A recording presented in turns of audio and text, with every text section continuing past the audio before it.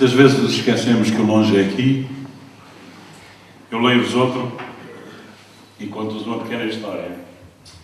O José Fanha é meu amigo destas andanças, desde que apareceu na Cornélia a ler um poema que tinha escrito que se chamava Eu Sou Português Aqui, com o qual eu fiz uma canção, e nessa noite determinei que aquele homem que tinha feito aqueles versos tinha que ser meu amigo. A canção surgiu nessa noite e o amigo surgiu uma semana depois, quando nos encontramos fisicamente pela primeira vez.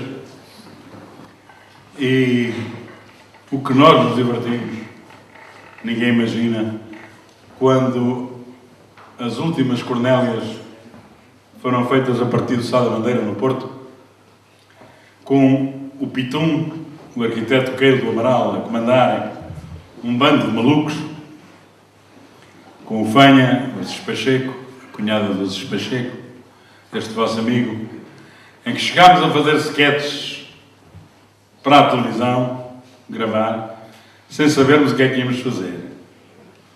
Antes de começarmos a gravar no Teatro da Bandeira, perguntávamos ao Pitum, que era o encenador, o maestro, o chefe, o líder, não o grande líder, um líder só. Então o que é que a gente vai fazer? E o Pitum dizia, não sei, tu vestes-te criada, tu pegas uma vassoura, não sei o quê, e depois eu digo umas coisas e vocês respondem. E nós entrávamos para o palco e improvisávamos, eram autênticos happenings à moda dos anos 60, em que nos divertíamos que nem os doidos, como vocês podem imaginar. Estávamos a criar, sem um texto, sem um guião, confiantes na criatividade e na graça do Pitum e da Lira. E uma noite, há histórias engraçadas, uma noite fomos avisados que estava preparada uma emboscada à porta do Sá da Bandeira. As pessoas talvez não se lembrem disso, mas as últimas Cornélias quase que se transformaram num duelo esquerda-direita. A esquerda representada pelo Pitum, pelo Fanha, pelo Pacheco, por esses que eu referi, e a direita tinha algumas figuras que eram bons criativos e que se tinham feito coisas muito interessantes no programa, entre os quais o Maio de Loureiro e um fulano, não me lembro agora o nome, que era das seleções. E então, constou-nos que havia um grupo ligado mais ou menos à facção oposta, para simplificar, digamos, direita, que estaria à espera na rua, no fim, para nos assentar as costuras, como se costumava dizer. Só que o Fernando Assis Pacheco era um homem muito querido dos Ardinas. Não sei por carga d'água, a gente às vezes pensa que os Ardinas não leem os jornais, mas os Ardinas antigamente também liam os jornais. E eles tinham as suas figuras de referência e os cronistas e jornalistas de quem gostavam mais e de quem gostavam menos.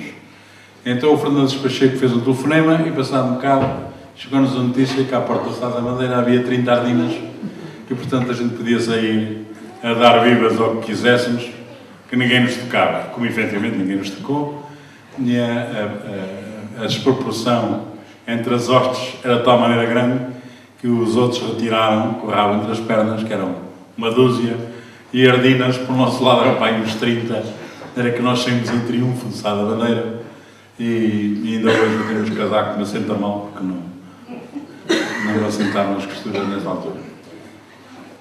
Isto para vos contar o quê? Do Fanha. Então o Fanha, que é arquiteto de formação, embora o único projeto que tenha feito tenha sido construído em Cabo Verde, ele lá sabe porque é que é tão longe. O Fanha, que é um grande divulgador da poesia, da literatura, como sabem, numas alturas de maior aperto, dava umas aulas noturnas daquelas matérias que o arquiteto pode dar. Educação visual, geometria descritiva, assim, essas coisas. E um dia, numa aula, teve um problema sério em explicar aos seus alunos o que eram linhas paralelas. Eu estou a olhar para as vossas caras e estou a ver alguma perplexidade. Linhas paralelas. Mas isso custa alguma coisa a explicar? Não?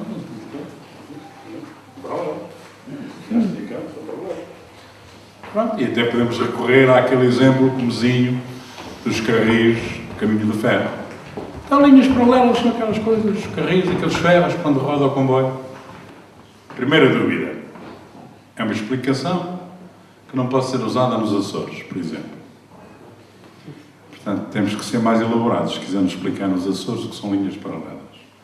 Além disso, esta coisa nunca é tão simples como parece, porque a geometria, a matemática exigem uns conceitos que não estão ao alcance de todos nós. Querem sempre que se fale de infinito.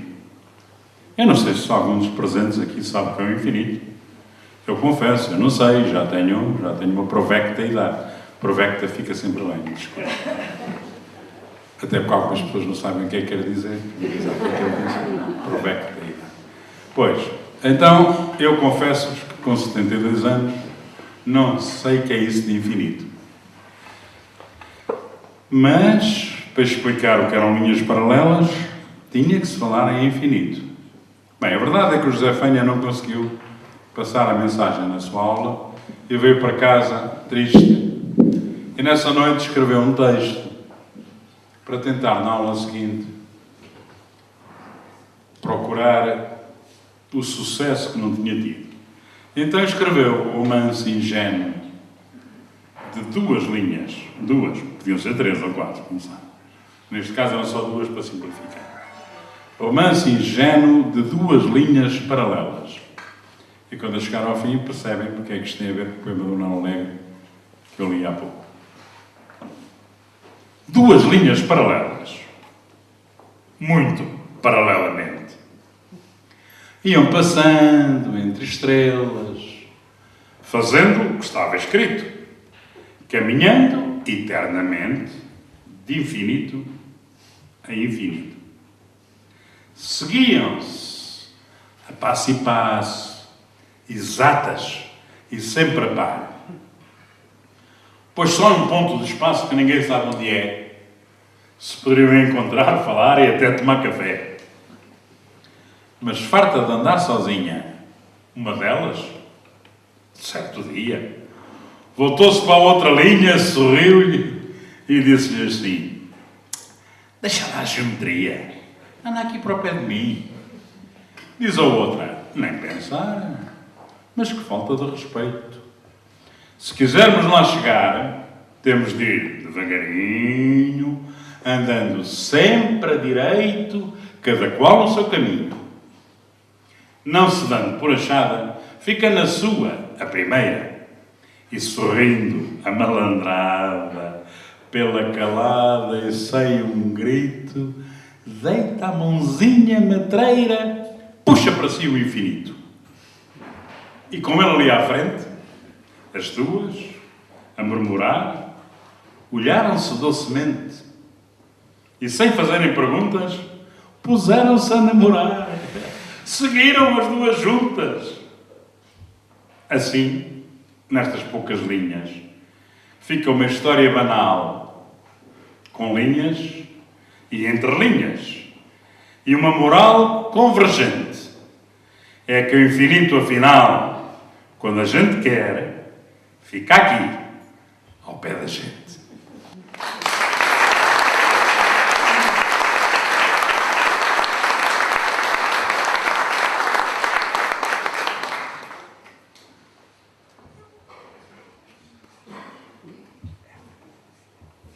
Eu não sei se os meus amigos acreditam em seres extraterrestres. Eu acredito porque conheci-o. E se algumas dúvidas tinha, à medida que fui conhecendo essa pessoa, fui-as perdendo e hoje estou absolutamente convencido que aquele homem não era deste planeta. De batismo chamava-se Rómulo de Carvalho. Embora a maior parte das pessoas tivesse ficado a conhecê-lo pelo pseudónimo que ele escolheu, de António Gedeão. Este homem, devia estar aqui uma hora a falar dele, fez uma primeira quadra quando tinha 4 ou 5 anos, muito engraçado. sobre aquela pequena diferença, às vezes é grande, mas naquele caso era pequena, que distinguia um rapazinho de uma menina, e com 7 ou 8 anos começou a escrever a continuação dos Lusíadas. É verdade. Ele com 7 ou 8 anos já tinha lido os Lusíadas e achava que os Lusíadas tinham acabado prematuramente. Havia ainda muita história de Portugal para contar. E porque é que o Camões não fez mais, rapaz? É pá, porque morreu, tinha outras preocupações, sei lá. Eu vou continuar. E começou a escrever a continuação dos Lusíadas. Ele, aliás, na escola, ensinava, com 8 anos, ensinava os miúdos da primeira e da segunda classe, porque aquilo para ele era uma supina chatice. Repararam? Supina, da palavra bonita. Temos que salvar umas palavras que estão em vias de extinção. E a professora punha-o a ensinar os miúdos mais pequenos. Bom, mas a verdade é que durante muitos anos ninguém lhe conheceu veleidades poéticas. Estudou, licenciou-se, fisicoquímicas, tornou-se autor de compêndios pelos quais planos como eu estudaram no liceu. Compêndio de fisicoquímicas, Dr. Rómulo de Carvalho. Tornou-se metodólogo, inventou uns métodos muito interessantes para explicar algumas leis da física nos laboratórios e depois, pelo meio, ia fazendo assim umas coisas, grandes trabalhos de investigação, publicou sobre as máquinas fotográficas, por exemplo, explicar como é que funcionava uma máquina fotográfica, sobre os mais leves que o ar, os aeróstatos, tem uma coleção de livrinhos giríssima sobre essas coisas aparentemente simples, mas que muita gente ainda hoje não sabe como é que funciona. E aos 50 e tal anos, 50 e poucos, entrou em casa. A sua segunda mulher, ainda viva, é escritora e professora de liceu também, dá pelo nome de Natália Nunes. E ele entrou em casa com um livrinho debaixo do braço e disse à mulher: olha, fui à baixa e recomendaram-me este livro que eu comprei e vim a ler no elétrico. Isto é muito interessante, não sei quem é este fulano, mas tem umas coisas com piada. Era um livro chamado Linhas de Força, assinado por um autor chamado António Gedeão, que a família não fazia a mínima ideia quem fosse. Isto é verdade. Ele atirou o livro displicentemente para cima de uma mesa e nunca mais ligou. A mulher, quando teve um bocadinho vago nas tarefas domésticas, aquela coisa que persegue sempre as mulheres, hoje menos, mas antigamente perseguia com grande intensidade as mulheres, fazer o almoço, o jantar, lavar a louça, pôr a mesa, enfim. Tomar conta dos filhos não, porque os filhos já eram relativamente crescidos nessa altura. O Rómulo de Carvalho tinha um filho do primeiro casamento, que é cientista, está reformado, e curiosamente uma filha do segundo casamento, que é escritora, também está reformada. Trabalhou muitos anos na TAP, mas já publicou uma série de livros. Bom, então a mulher, quando teve, a Natália Nunes, quando teve um bocadinho, pegou no livro, começou a ler e já não largou o livro. E quando o filho chegou a casa, disse: olha, o teu pai trouxe aqui uma coisa, pá, sabes de falar deste nome, António Gedeão? O filho disse: não, isso não diz nada. Mas olha que é um poeta muito interessante, muito interessante. Então, pôs-se a família toda, e ele fazia de conta que não era nada com ele. Pôs-se a família toda a elogiar aqueles versos, até que ele ganhou coragem e confessou à família que o António Gedeão era ele. Era ele.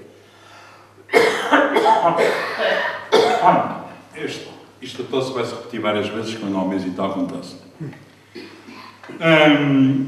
Pronto, e a partir daí a família descobriu que aquele homem não só preparava trabalhos para as aulas, não só escrevia novelas, romances, não só fazia histórias de Portugal em banda desenhada para dar ao filho uma outra versão da história de Portugal diferente da versão escolar, isto é verdade, está editado pela Gulbenkian, não só pesquisava toda a poesia de cariz social, desde os primórdios da nacionalidade até aos anos em que ele viveu, está publicado pela Gulbenkian, portanto, não são obras mínimas nem comezinhas, são coisas importantes. Um homem que, quando viajava, fazia as suas fotografias, como qualquer um de nós. Só que ele fazia com uma grande qualidade. E a maior parte de nós faz umas coisas. E hoje, com os digitais, então, é sempre a dar-lhe. Nem se paga os filmes. Ele fazia fotografias excelentes, que legendava com uma caligrafia única, sempre com uma nota de finíssima ironia, em que ele era um grande especialista. E escreveu, por exemplo, um texto, uma peça de teatro, que se chama Breve História da Lua, para explicar aos mais pequenos como é que é isso do Sol e da Lua e das estrelas e da Terra andarem todos à volta uns dos outros. Aqueles que são professores e que têm filhos em idade e ainda não perceberam muito bem estas coisas, eu recomendo vivamente A Breve História da Lua, que é um livro fascinante, que explica como é que a Lua anda à volta da Terra e a Terra e a Lua andamos à volta do Sol, e há mais uma data de coisas que andam à volta umas das outras, e nada disto se estampa uns contra os outros. Bom, é por isso que eu digo que aquele homem não era deste planeta. Aterrou aqui, fez tanta coisa tão bem feita, que me levou à convicção de que ou era um homem da Renascença e viajou no tempo, o que também é uma hipótese a considerar. Na Renascença havia seus planos que faziam tudo. Não é? O exemplo é aquele Leonardo da Vinci, não é? Que fazia tudo bem também.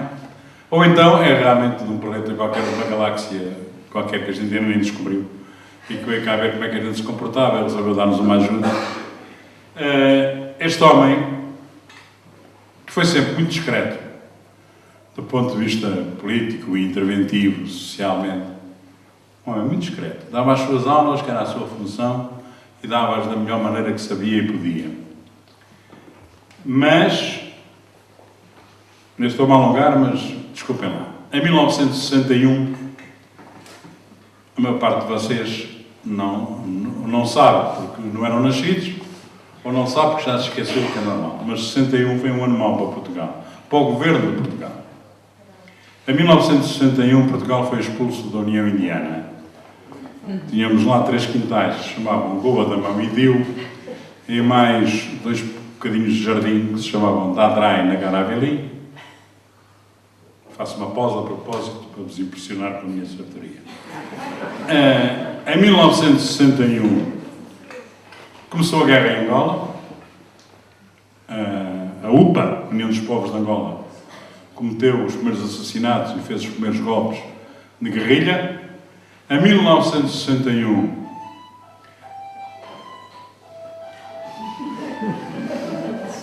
se for para mim, agradeço que digam que não posso, que estou aqui no recital. Em 1961, a nossa joia da coroa em navios, que era Santa Maria, foi desviado, que tornou Portugal, transferiu Portugal às primeiras páginas dos jornais do mundo inteiro, como sabem, uma história complicada, iam fazer a revolta, depois foram para o Brasil, o Ricalvão e o Palmeinácio, e em 1961 desviaram o avião da TAP, que andou a lançar panfletos sobre Lisboa. Em 1961 houve um 1º de maio em que morreram 2 pessoas a tiro, mortas pela polícia na Baixa de Lisboa, que também se deve enquadrar nestes acontecimentos todos de 1961. Foi um ano complicado. Então, sobretudo por causa da guerra, do início da guerra em Angola, houve uma tendência a classificar as pessoas segundo a sua cor de pele. Se eram escurinhos, eram maus. Eram mesmo maus.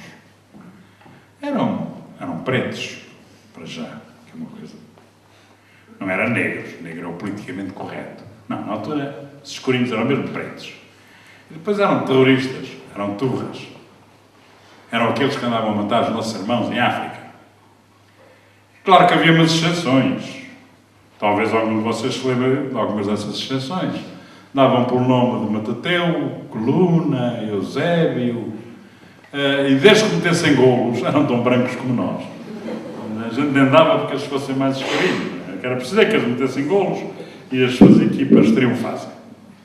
Então este senhor, tal senhor extraterrestre, de seu nome Romo de Carvalho / António Julião, escreve uns versos saídos da pena de um professor de Fisicoquímicas que frequentava o laboratório, e dá-nos um recado tão subtil quão importante sobre uma coisa tão simples como pode ser uma lágrima de preta.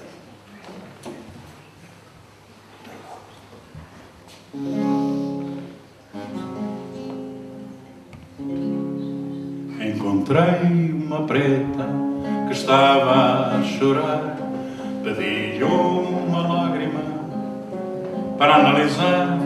Encontrei uma preta que estava a chorar, pedi-lhe uma lágrima para analisar. Recolhi a lágrima com todo o cuidado num tubo de ensaio bem esterilizado.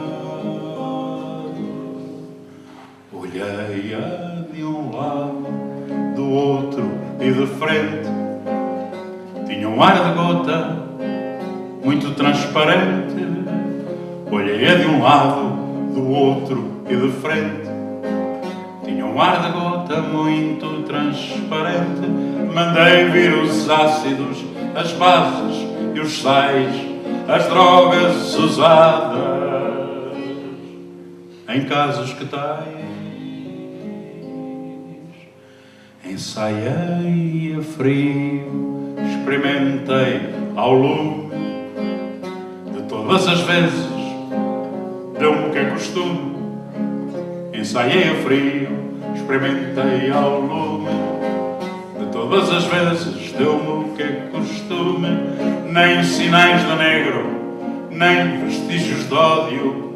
Água, quase tudo. E cloreto